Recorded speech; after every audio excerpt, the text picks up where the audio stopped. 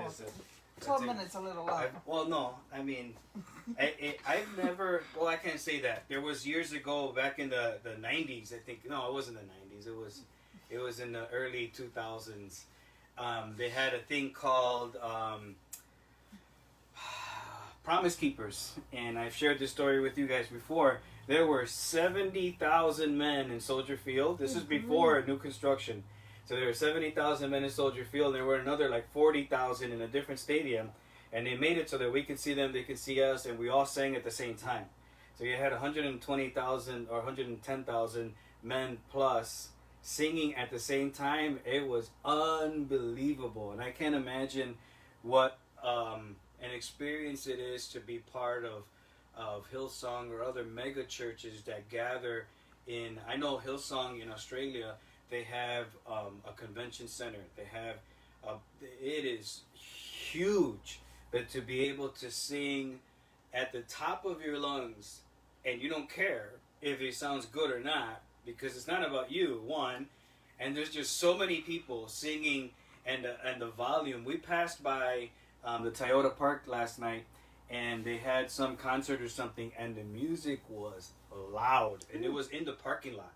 And I'm like, whoa, these poor people that live in this neighborhood. I don't know how long it went, but it was loud. So we have the Grace of Knowing is our lesson series right now. And today we're going to be talking about the blessing of name and fame. The blessing of name and fame. Sounds kind of strange because you would think as a believer, you're like, no, I need to be humble. I don't make a name for myself. It's all about Jesus. I don't want fame. All glory goes to him. And that's kind of part of it. But we're going to talk about the blessing of name and fame. And in some sense, we're going to go backwards. I'm starting with the big idea. I'm getting into the scripture, and I'm kind of going a little back to explain a little bit more. But either way, let's get on with it. The blessing of name and fame. We all, in some way, shape, or form, want to make for ourselves a great name. Let's just make sure that it fits into his plan and promise to Abraham and God's claim to fame. All right? And I want to get into the custom of putting this at the beginning, because although this may seem a little strange or enigmatic or not clear, I'm hoping that as we unfold the lesson, that these words make a lot of sense, and then we'll repeat them again at the end. We all, in some way, shape, or form, want to make for ourselves a great name. Let's just make sure that it fits into his plan and promise to Abraham and God's claim to fame. So this is our passage for today. Genesis chapter 12. I'm going to go ahead and open up my Bible. And for the life of me, I don't know where I left my glasses, so I'm hoping that I could read this. And if not, I'm going to go ahead and look at that. But let's see. Put it at proper distance for a 47-year-old, which is arm length, right about there. And it says, so Abraham went up from... No, I'm in chapter 13. Look, I can't even get that right. All right, here we go. Chapter 12, verses 1 to 3. Now the Lord said to Abram, go forth from your country and from your relatives and from your father's house to the land which I will show you, and I will make you a great nation. I will bless you and make your name great, and so you will be a blessing, and I will bless those who bless you, and the one who curses you I will curse, and in you all the families of the earth shall be blessed. Shall be blessed. Should we have music in the background next time? Is it too quiet in here? No. No, it's good? All right, because I do like it when Dolly was putting the videos together for us, and she had music playing in the background. One time it was so stinking loud, remember? That we were like, is that as loud as it sounds over here? But anyway, so moving on from there, I highlighted 3 I wills, right? There's more I wills in there, but these 3 I wills in particular, going forward, and maybe even looking back for many of you, whenever this this promise that is made, or covenant that is made with God to Abraham, and I don't say with Abraham because this is a one-sided promise. It is God saying to Abraham, this is what you're going to do, and this is what I'm going to do. And with the very breath, I don't know if you say God doesn't have lungs, right? But with the very words of God come the power and the desire to do exactly what God said to do. So he tells him to go forth, but then, I was saying, many of you may have heard or will hear in the future this as a 5-fold promise. 5 I wills, and they break it up in that way. But I wanted to focus specifically on these 3 for a reason. Because last week we were in Genesis chapter 11, and we looked at these people. It says it came about as they journeyed east that they found a plain in the land of Shinar. Now today we'll talk about where Shinar is, and settled there. And they said to one another, come, let us, right? So God says, I will. These people said, let us. And then again it says, come, let us build for ourselves a tower that reaches to the heaven, or for ourselves a city at a tower whose top will reach into heaven, and let us make for ourselves a name. Otherwise we will be scattered abroad over the face of the whole earth. So this is God's cultural mandate in Genesis chapter 2 and Genesis chapter 1 for mankind to move forward, to spread out, and to multiply, in a sense, God's name, God's image, because we have been created in God's image. And as we create culture, as we interact, as we make the most of the world around us, it starts to look different because we are different people. We are individuals, but collectively one human race. So we will look different. We will think different. We will move and make the most of this world in different ways. But these people decided, no, we're not going to do what God wants. We're going to do what we want. So they wanted to make a name for themselves, and they wanted fame for themselves. And God decided, nope, that's not what my plan is. And not as a curse, but as mercy, decided I'm going to confuse their language and send them in different directions so they can keep on doing exactly what my intention was from the very beginning. So we have them saying, let us, let us, let us. And now God is saying to one man, think about this. By grace, God gave to one man, and from that one man to everything. By grace, he gave them what they wanted to take. Right? Isn't that amazing? God gave Abraham, and by extension, all of of Israel, or his descendants, by grace, he gave them what they wanted to take. And not just that. Because Shinar, as we're going to see, is in Iraq, and we see these people moving, all those people weren't cursed. All those people, I believe, were sent because of mercy into the world to spread culture, to spread the image of God and the fame of his name, right? To spread it out. And God chooses one of those people. This is just the very next chapter. Now, they do get into genealogies and who came from who and what at the end of chapter 11. And the different types of people, those who plant, those who farm, those who build, whatever. So they move out, but God out of those people chooses one and then says that he would make him a great name and a great nation, and he would be a blessing to others. But we're going to come back to that. So looking at all of, I wanted to say the beginning and the eternal state, but instead I've said Genesis to Revelation. We're not going to be in this series from up until Revelation, but we're definitely going to bounce and see how God has moved and how God is telling his story. So we have Genesis chapter 1 and 2, Genesis chapter 6 and 11 that we covered last week, and then we talked about the flood and the tower, and then today the blessing of name and fame to Abraham. But we started a little before getting into these places in Scripture with this idea in 2 Peter, because my intention was to start from the beginning, 1st and 2 Peter. But when I thought about this idea of grace and it being our theme, I wanted to talk more about grace. And in 2 Peter 3:18, the first half of it says, grow in the grace and knowledge of our Lord and Savior, Jesus Christ. I forgot to capitalize this. Somebody give me a Sharpie and put it right, big capital O right there. We started there with this idea of loving to know. And then after that idea, I went too far. Let me go back. After this idea of loving to know, in chapters 1 and 2, we see God creating man in his image, male and female. He created them, and he gave them a mandate. He said, be fruitful and multiply, subdue and rule over the earth. And in chapter 2, he takes those two words, subdue and rule, which for us means something completely different. Because when we think about subdue and rule, we think about force, and we think about someone being a mighty king or lord over somebody. But when we see two other words in Genesis chapter 2, cultivate and keep. And I believe those words go hand in hand, because subdue and rule was over creation, not over each other, not man and woman, not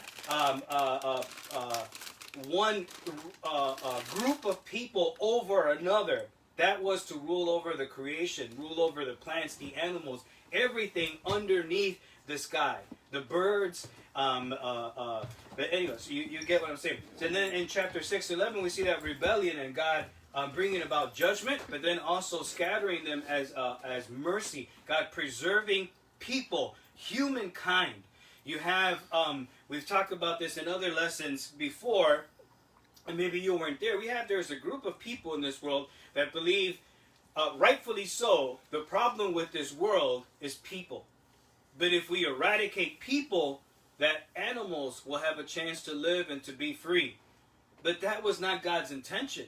As much as animals are wonderful, and I love my dogs, I love my cats when I had cats. I had a goldfish, I had a snake, and I let the poor thing die because I forgot to feed him. It was awful. It was sad. I cried. But they're different than human beings. We bear the image of God, and we are meant to replicate that, not just in number, in children, but also in culture and how we spread out. And we see that God himself is creative. He's made us creative. God actually took from what he had made and made more. And God wants us to take from what he has made and make more. This is why we have even books and language. This is all part of culture, or this thingy that someone created that we can move and have this and different. And you see how that just expands out, and you see the creativity of God, not just when you step out in nature and look at mountains and stars, but also when you look at amazing things like art or a cell phone or the beautiful gift of coffee, right? Especially black, no sugar. Love it. All right. It wasn't always like that. It used to be heavy cream, heavy sugar, and so that you could feel the push the sugar around at the bottom. But with diabetes, everything changes. So then we have the big story, and how the God's story of redemption, creation, the fall, and redemption, and then making all things new, and how our stories fit into that. And one thing I mentioned last week was how, because God scattered people all over the earth by changing their language as an act of mercy, people have essentially, but not exactly, the same stories to tell. And it doesn't matter if you go into some weird jungle today or back in their day, different cultures told. And Bobby brought out something fascinating today. We were talking a little this morning, that when you look and take something like the flood itself, you have all these different cultures that tell about the flood with variances. There were a different amount of people, the shape of the ark was different, who went on it was different, but a lot of them had similarities. And the fact that it was a flood, but some people say, well, the Bible is just another myth, and it's another myth you can include with all the other myths. And Bobby said something really interesting. He says, but that doesn't negate the fact that there's a flood. That something happened, that the entire world, whether people disagree or agree which story is right, or if they're all myths, something happened that everybody throughout all these different cultures that were at war against each other, either at the time or later competing or became super powers or whatever, that they share that in common. So the flood must have happened, right? But we did talk about that a little bit last week. Ooh, watch this, and we'll get into it. I will proclaim to the world the deeds of Gilgamesh. This was the man to whom all things were known. This was the king who knew the countries of the world. He was wise, he saw mysteries and knew secret things. He brought us a tale of the days before the flood. He went on a long journey, was weary, worn out with labor. Returning, he rested. He engraved on a stone the whole story. When the gods created Gilgamesh, they gave him a perfect body. Shamash, the glorious sun, endowed him with beauty. Adar, the god of the storm, endowed him with courage.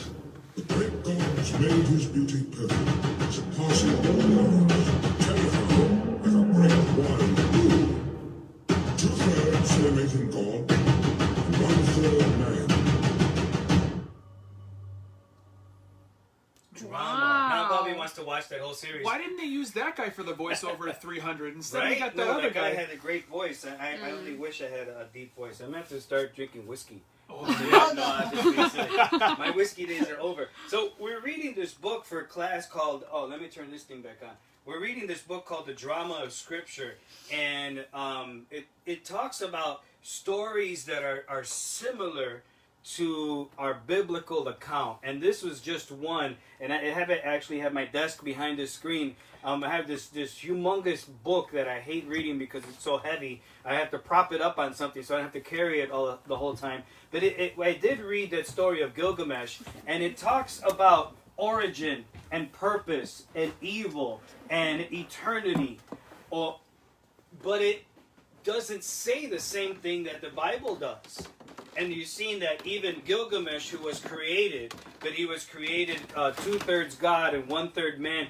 We have an origin story, which when I don't even like using the word story, I'd rather say the origin account, because God has given it to us. Now, when I did say that, so Gilgamesh, they believe is an actual person. He lived about 4,700 years ago, or 2,700 years before Christ. Written 4,000 years ago, so 700 years after the man was alive, and they added onto it over time.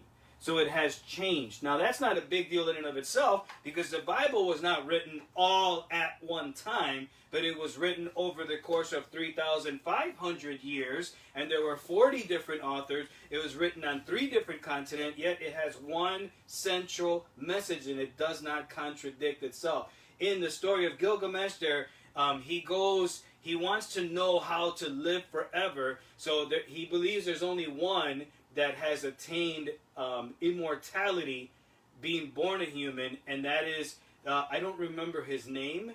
I should have wrote it down. I don't remember his name, but he's a Noah. And he's just given a different name, and they talk about the boat that he built. Instead of it being like the dimensions that we have in the Bible, it was actually square, which is strange because it means it just would have been going in circles in the ocean instead of like a ship should go, a cargo ship. Which, by the way, modern ships are crafted, cargo ships, big, heavy ships that carry a lot of cargo, are made with the exact dimensions, meaning not the same size, but keeping those same dimensions in ratio to make them larger or smaller, but so that they can carry maximum weight. So we know that God's hand and fingerprints are all over His Word. But we see in the big story, truth for us is preserved through Israel. And you're seeing even Abraham, that promise. He says, I will make you a great nation. I will make your name great. I will bless you. You will be a blessing. If people curse you, people bless you, I will bless them. People curse you, I will curse them. But then he says, and you will be a blessing to all peoples. All peoples. So we have truth preserved through Abraham and Israel in particular, and later on the church. We are the truth keepers. God has given and taken all of these stories that are myths, that but all have something in common, so that we have we know that certain things happen. We have in us a desire to know, and God has made that truth available to us. He preserved it through language, the common Greek language. He dispersed it throughout the world using Roman roads that were safe. But then also, you look at how even modern day Iraq or ancient Ur, and even before that in Genesis chapter 11, Shinar was one place in the middle of that. This is a map of the entire world. And then looking at just this, can you see that on the camera? Because sometimes you can't see that. I'm just wondering. The red dot? Yeah, the red dot. I just zoomed in. Oh, you don't have to zoom in. I'm going to zoom out.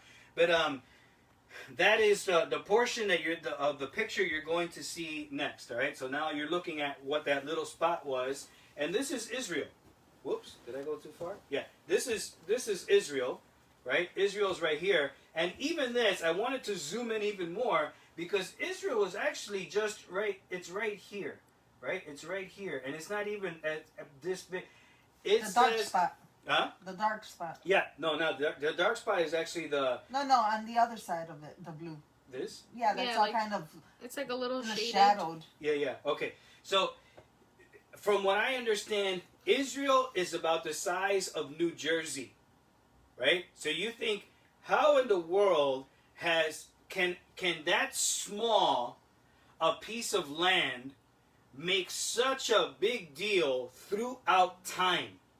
Because you have all of these cultures and that wanted to, but anyway, I'm getting ahead of myself. So you have, I talked about this, the Bible being written over 3,500 years, 3 different countries. You have Europe that is up here. I actually had to look, and I guess I never looked on a map to see where London is, to see the UK. It's almost an island that comes off of all of this, all the way up here. I don't know, this might be it right here. But it's interesting that it's not even on this main land. That is super strange. I guess I should just pay more attention in geometry class, right? I'm just kidding. Geography class. But you have Europe up here, and you have Asia over here, and then you have Africa down here. And God placed Israel specifically there with purpose. And it was fascinating to read. He placed them there with purpose because they would have to live out by faith what God had promised them, what they believed to be true, because it was God-given truth. So now, it wasn't, God could have put them in the middle of the Congo, where people still live today relatively safe, because there's nothing else there, I mean, besides wild animals and stuff. God could have put them in Puerto Rico. God could have put them wherever He wanted to be safe and to be like a little garden and preserved, and they can live out their Jewishness or their Christianity without being harmed. But rather, God put it in a place where He knew people from up here would be trying to conquer down here. People from over here would be trying to conquer over here. Here we have modern day Iraq. Iran is right next to it. Here we have Syria. This is Egypt.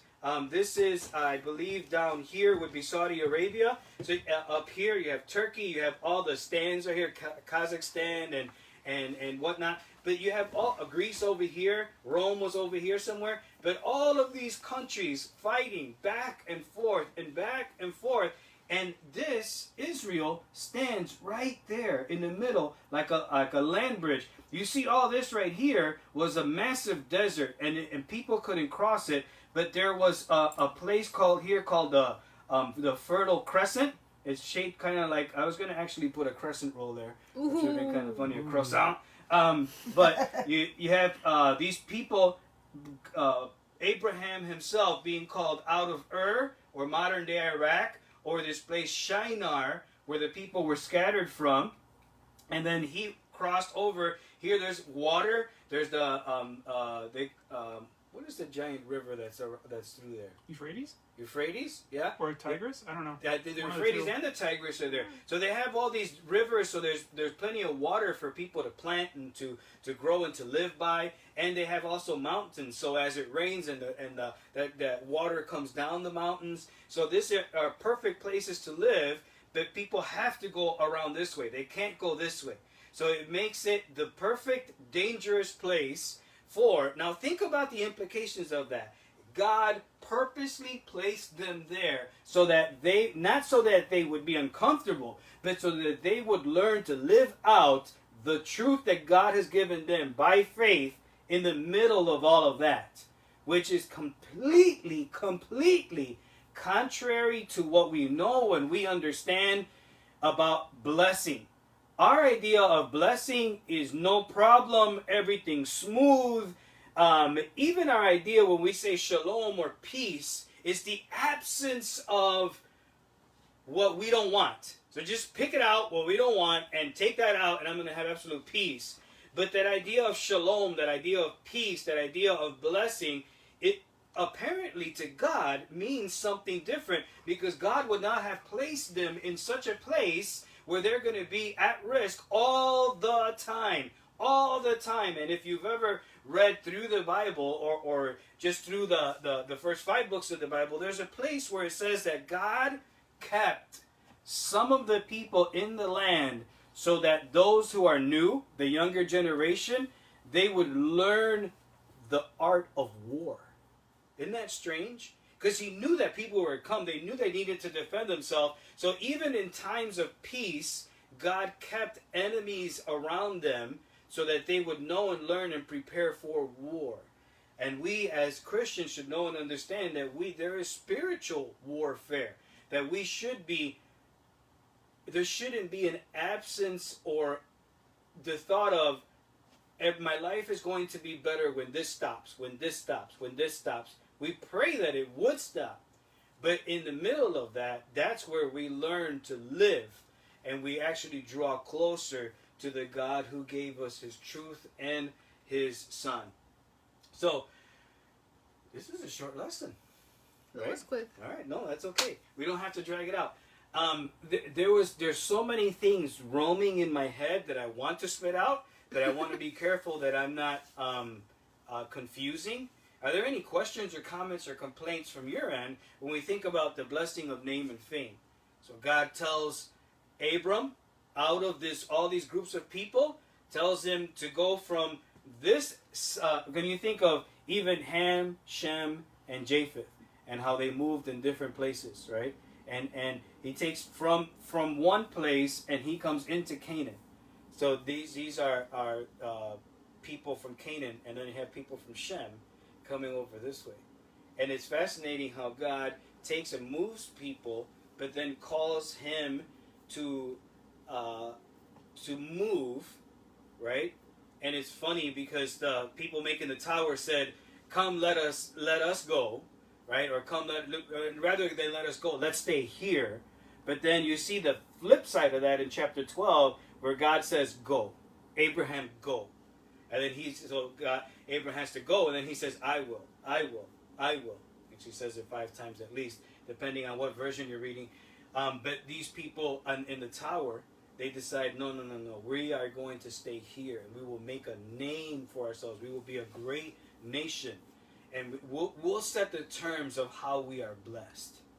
But in what they wanted to take by force, God gave Abraham by grace, and by default, that extends to all Christians, because we are children of Abraham by faith. I was so excited when I read that. I remember when the first time I read that in the book of Romans, that we are children of Abraham by faith.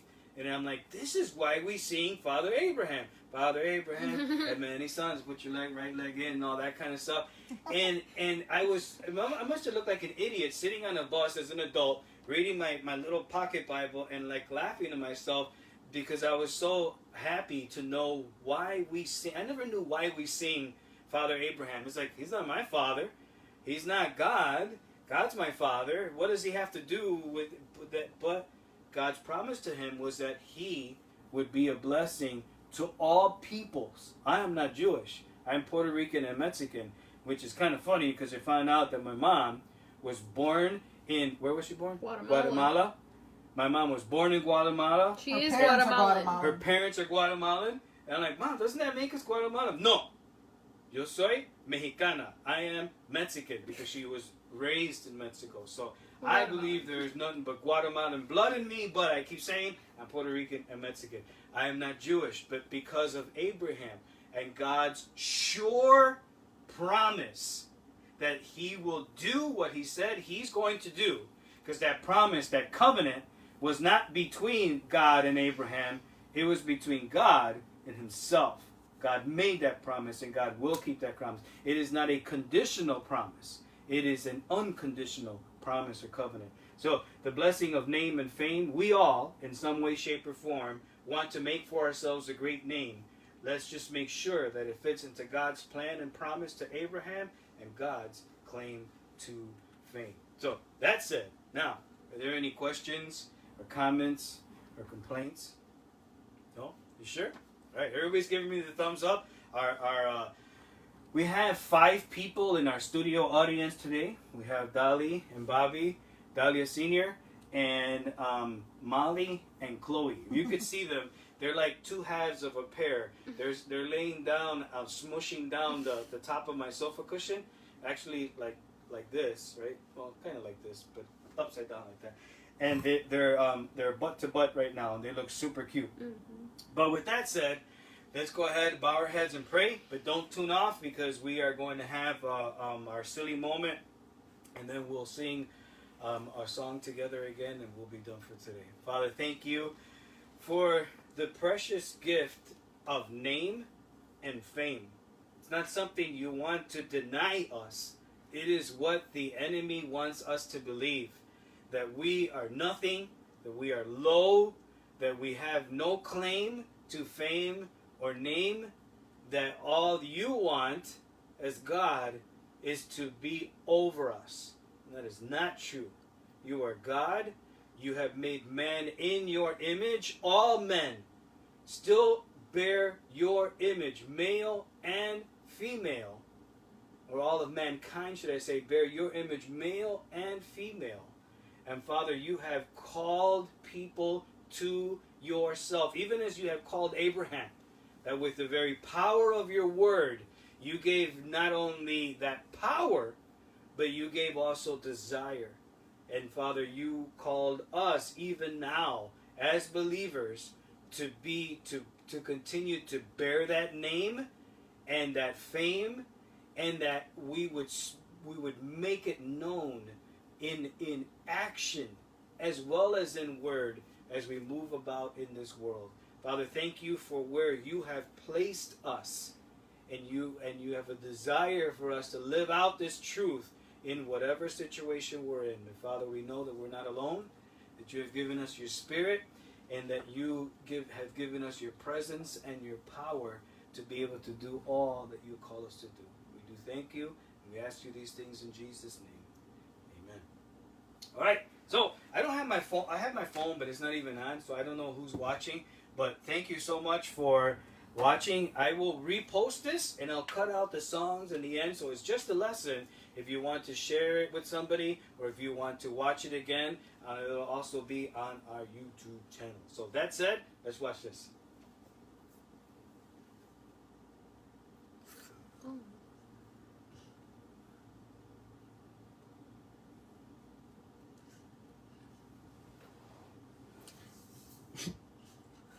Yeah. What's he doing? He's throwing dirt on you, buddy. I know, he just sits there like. He likes it.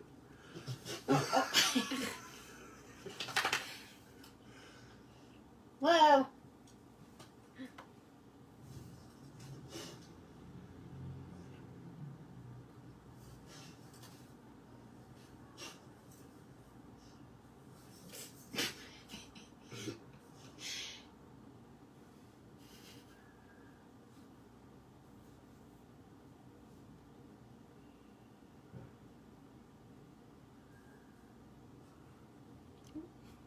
Teeth.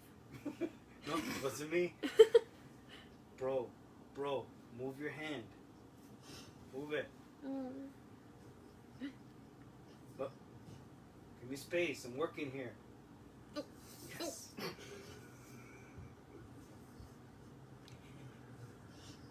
Bro, don't let in. Move the hand. Oh. Don't bite it. He's I'm got a gonna lot of bite it. nerve. He's still. He'll never take his dog to do this. Oh. He'll Yes. get him with a lip. Yeah. Move it. Move it. You're gonna throw it on your face. Daryl. Oh Too man, much. poor Daryl. Poor Daryl couldn't He get just wants couldn't a get friend. a chance. What isn't that a word? What's the word I'm looking for? He couldn't get a thing if he wanted to. Break. He couldn't catch a break if he wanted to. He's so sweet.